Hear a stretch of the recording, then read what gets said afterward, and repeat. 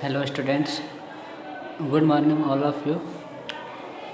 Only welcome in online classes. Last class में हमने weaving तक पढ़ा था कि यह धागों से कपड़े बनाने की एक प्रोसेस है। उसके बाद है इस प्रोसेस इसका डाइंग का। Dyeing it is a process of coloring cloth in different colors. This is done by soaking the cloth in a solution of dye.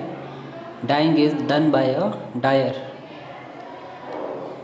इस प्रोसेस में कपड़ों को अलग अलग कलर से उसको रंगा जाता है और यह जो प्रोसेस है इसमें कपड़े को डाई का जो सॉल्यूशन होता है उसमें कपड़े को डाल दिया जाता है। डाइंग का जो कार्य है वो डायर द्वारा किया जाता है। फिर नेक्स्ट प्रोसेस है फिनिशिंग।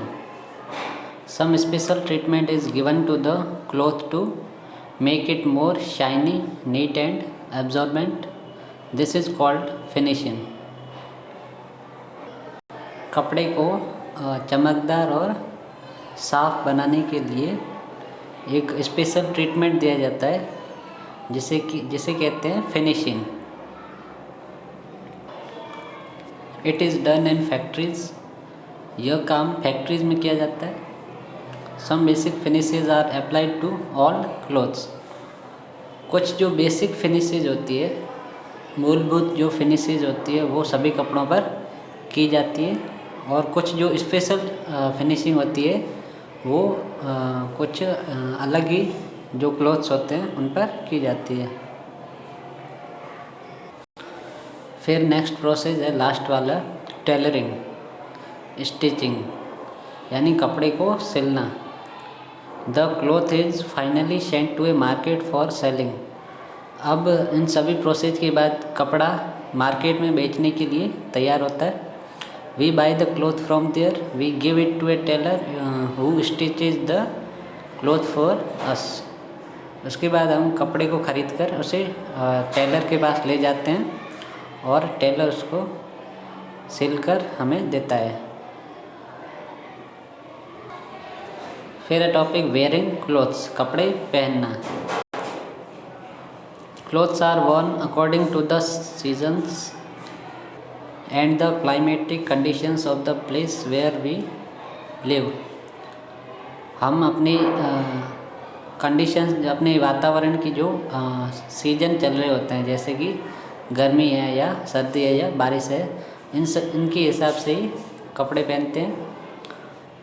और जिस प्लेस में हम रहते हैं उसका जो क्लाइमेट है, क्लाइमेटिक कंडीशन जो है यानी जलवायु की जो कंडीशन है उसके हिसाब से कपड़े पहनते हैं।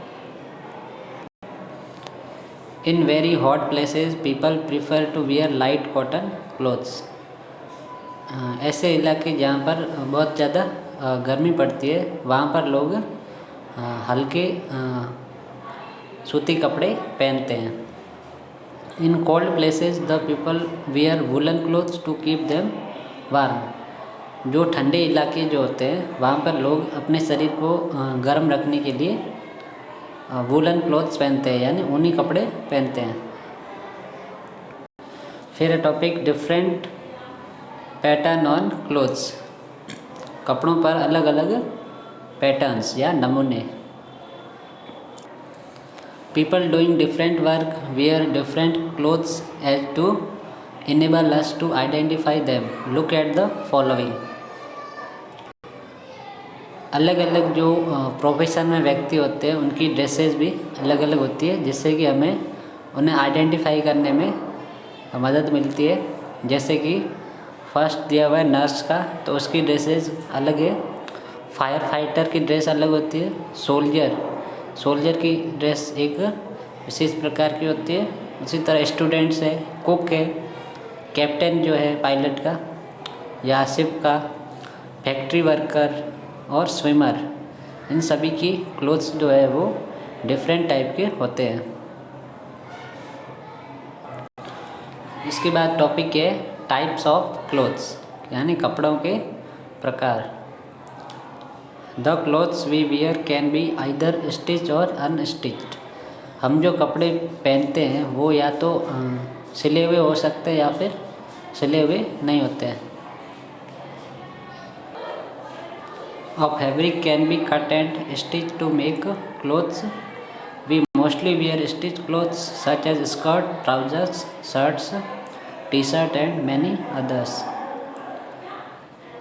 हम अधिकतर जो कपड़े पहनते हैं वो स्टिच क्लॉथ होते हैं, यानी वो सिले हुए कपड़े होते हैं, जैसे कि स्कर्ट है, ट्राउज़र है, शर्ट है, टी शर्ट और भी बहुत सारे।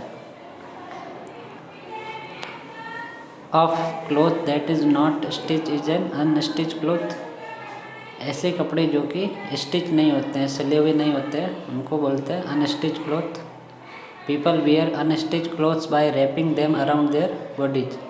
अनस्टिच क्लॉथ जो होते हैं उनको लोग अपने बॉडी के चारों तरफ लपेटते हैं।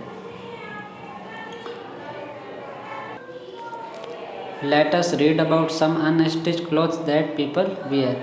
अब हम कुछ अनस्टिच क्लॉथ्स के बारे में पढ़ेंगे जो कि लोग पहनते हैं, तो ये हम नेक्स्ट क्लास में पढ़ेंगे।